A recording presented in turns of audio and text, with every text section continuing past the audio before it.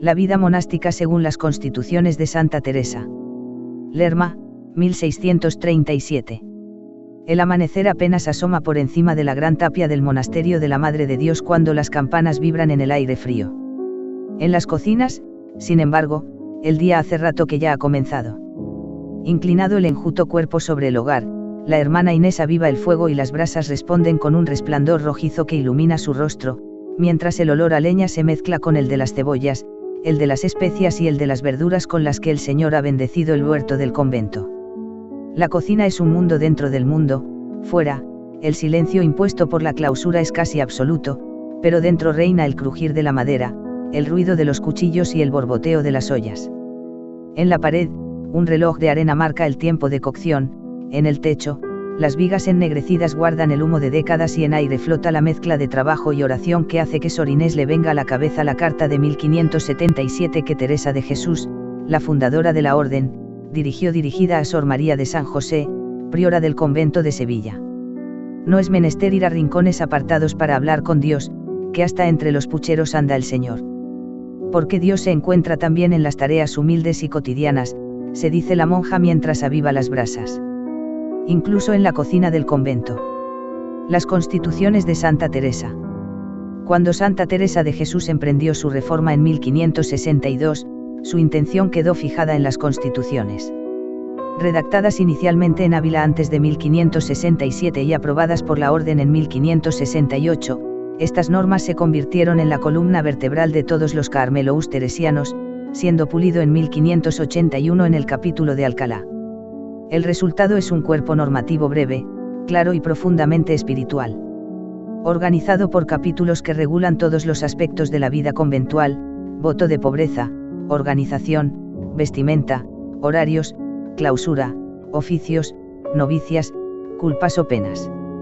El texto se mueve entre los principios de pobrezas, silencio, soledad, oración, igualdad y trabajo en comunidades pequeñas, 21 monjas cada convento y 4 novicias. Estas constituciones son las que han regulado la vida de muchos conventos y monasterios durante siglos, siendo el de Lerma uno de sus mejores ejemplos. El monasterio de Lerma. En el corazón de la villa ducal de Lerma, en Burgos, se alza el monasterio de la Madre de Dios, fundado en 1617 bajo la protección del duque de Lerma. Desde su origen este convento de carmelitas descalzas conservó con una fidelidad sorprendente el modo de vida diseñado por Santa Teresa de Jesús en el siglo XVI, viviendo en un mundo de silencio, oración y austeridad hasta 2016, cuando sus por entonces 8 monjas se trasladaron a Villanueva de la Jara, en Cuenca. El duque de Lerma. Entre 1600 y 1617, Francisco Gómez de Sandoval y Rojas, duque de Lerma y valido de Felipe III, convirtió la villa de Lerma en un auténtico escenario de corte para mostrar su poder como valido del rey y crear un espacio urbano que reflejara orden, grandeza y religiosidad, construyendo conventos para clarisas, dominicos y carmelitas. De entre todas las órdenes, parece que el duque sentía cierta predilección por las carmelitas descalzas, una congregación caracterizada por su austeridad extrema y la clausura rigurosa, 2 elementos que chocaban con la intención del duque, quien al no poder ejercer su influencia dentro del convento, ostentó su poderío pagando él mismo los muros, que costaron 5 veces más que el propio edificio, haciéndolo de una altura de hasta 13 metros, lo que los convierten en los más altos del mundo. Para un convento de clausura. La vida de las carmelitas descalzas. Quien nada tiene, nada teme. La vida de las carmelitas descalzas según las normas de Santa Teresa de Jesús, diseñadas en el ideal de vivir como en un pequeño cielo, totalmente entregadas a Dios y libres de distracciones del mundo. Tengan en cada convento una de estas constituciones en el arca de 3 llaves, y otras para que se lean una vez en la semana a todas las hermanas juntas, en el tiempo que la Madre Priora ordenare, y cada una de las hermanas las tenga muy en la memoria. La jornada estaba regulada, desde la hora de levantarse hasta la de acostarse. La salida del sol era a las 4:45. 5:45 en invierno, y la puesta del sol alrededor de las 23 p.m. Los tiempos de oración, alrededor de 7 horas al día, son siempre con la comunidad en el coro. El trabajo se realiza en la medida de lo posible en la celda, en soledad y silencio, a excepción de las hermanas laicas encargadas de los trabajos pesados y de la cocina. Tras un desayuno frugal, se dedicaban al trabajo manual, bordado, costura, huerto, cocina, limpieza. Haréis algún trabajo u obra con vuestras manos, para que el diablo os encuentre siempre ocupados y que no tenga entrada en vuestras almas, usando como puerta vuestra ociosidad, regla del Carmelo. La comunidad se reunía en el coro varias veces a lo largo del día para rezar el oficio divino en nombre de toda la Iglesia. Incluía salmos, himnos, breves pasajes bíblicos, todo en latín. Los maitines se digan después de las 9 de la tarde, cons 1,1. Después de la hora de oración matinal, a las 6 o a las 7 de la mañana, se digan luego las horas, prima, tercia, sexta, hasta nona, salvo si no fuere día solemne o un santo que las hermanas tengan particular devoción, que dejarán nona para cantar antes de misa, es decir, a las 8 o a las 9 de la mañana, 1,3. A las 2 de la tarde se rezan vísperas, 2,3, que en tiempo de invierno se anticiparán a las 11 de la mañana. Las completas se digan en verano a las 6 y en invierno a las 5. En diversas ocasiones se rezará además el oficio parvo de la Virgen, cada semana, o el de difuntos. La comida se hacía en el refectorio, presidida por un vanitas, una calavera que recordaba la fragilidad de la vida, la brevedad del tiempo y la inevitabilidad de la muerte. Cada uno recibe su porción de la camarera como un regalo del Señor, sin juzgar lo que se presenta como bueno o malo. Luego come con los ojos bajos dirigidos frente a ella, sin mirar a los demás. La comida se toma en silencio en el refectorio según la tradición monástica. Durante la comida, una hermana suele hacer una lectura espiritual.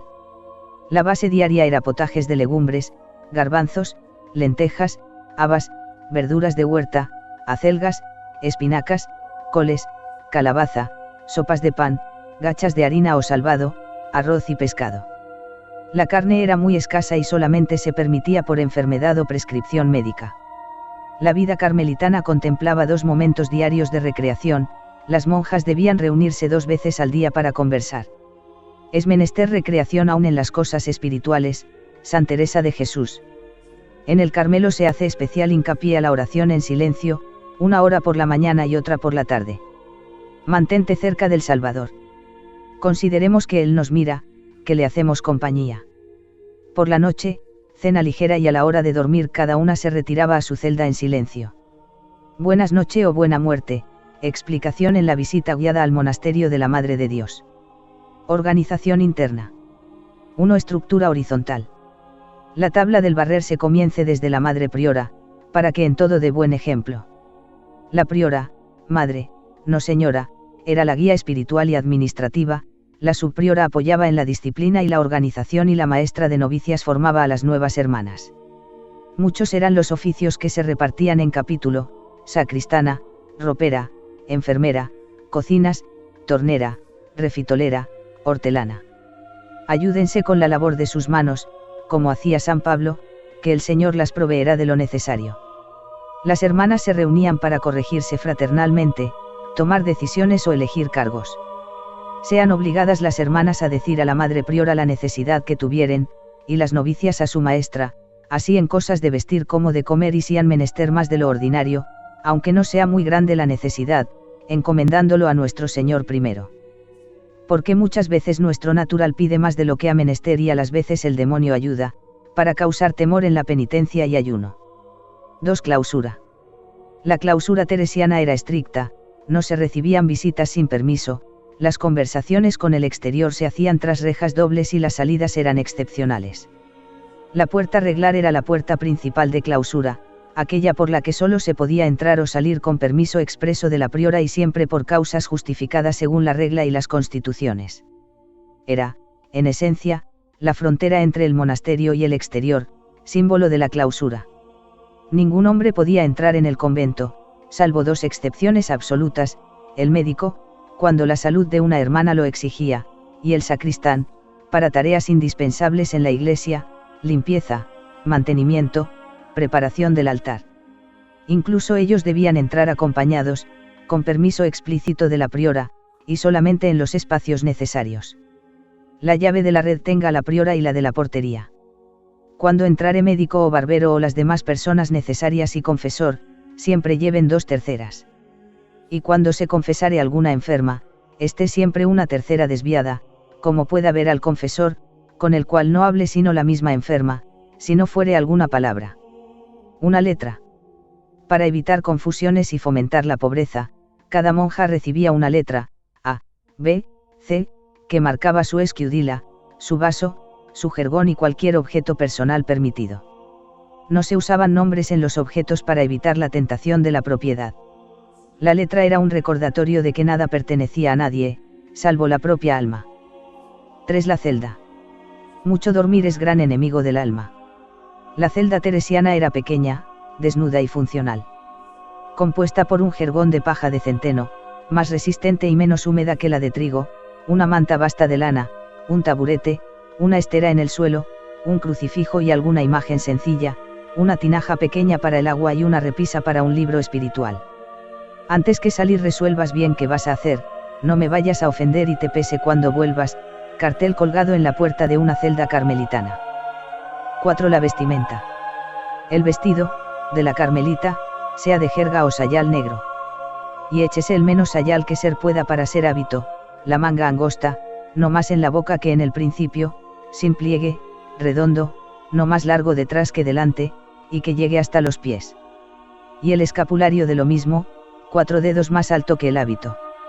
La capa de coro de la misma jerga blanca. Sean las tocas de sedeña y no plegadas. Túnicas de estameña. El calzado, alpargatas. 5. Las campanas. Todo se haga con orden y concierto, que ayuda mucho a la paz. En un mundo de silencio, las campanas eran la voz del convento. Cada toque tenía un significado preciso. Campana mayor, llamada a la oración litúrgica, laudes, vísperas, completas. Campanilla aguda, inicio de la oración mental. Toque doble, comida o recreación. Toque breve y repetido, reunión urgente o aviso de la priora. Campana de enfermería, breve, rápido e insistente para solicitar ayuda. Para localizar a una hermana, era más breve y repetido, para que se distinguiera del toque común. Se usaba cuando la priora necesitaba a una hermana, se llamaba a la enfermera, se requería a la sacristana, tornera o refitolera. En algunos conventos se hacía un toque doble para una hermana y triple para la priora. Toque para la muerte, el toque de agonía más lento y grave. Avisaba a la comunidad para rezar por una hermana moribunda. Esta regulación no aparece como lista detallada en las constituciones de Teresa, pero sí en las constituciones de 1581, capítulos sobre la vida común y la obediencia, en los libros de costumbres de los conventos teresianos del siglo XVI y XVII y en los ceremoniales carmelitanos posteriores, que fijan los toques diferenciados. 6. Tablillas. Para evitar conversaciones innecesarias, las carmelitas usaban tablillas de madera que golpeaban suavemente para comunicarse, un golpe para pedir paso o indicar presencia, 2 golpes para reclamar ayuda o atención, 3 golpes para llamar a la priora o a una hermana con oficio específico. 7. El torno. No haga la tornera conversación, que no es oficio de monja hablar con el siglo. El torno era el mecanismo que permitía recibir y entregar objetos sin romper la clausura.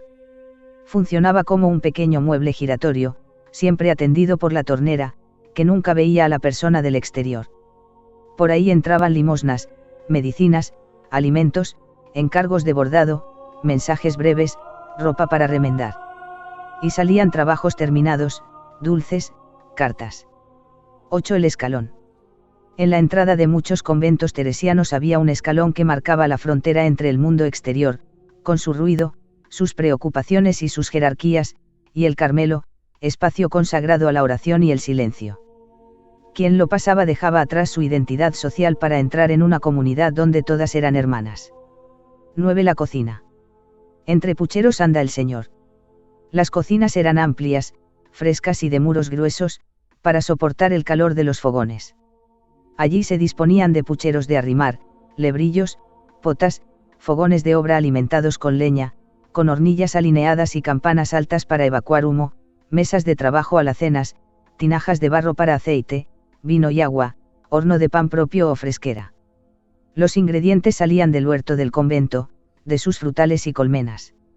En Lerma, como en otros conventos, se elaboraban dulces, como rosquillas, yemas o tortas de aceite.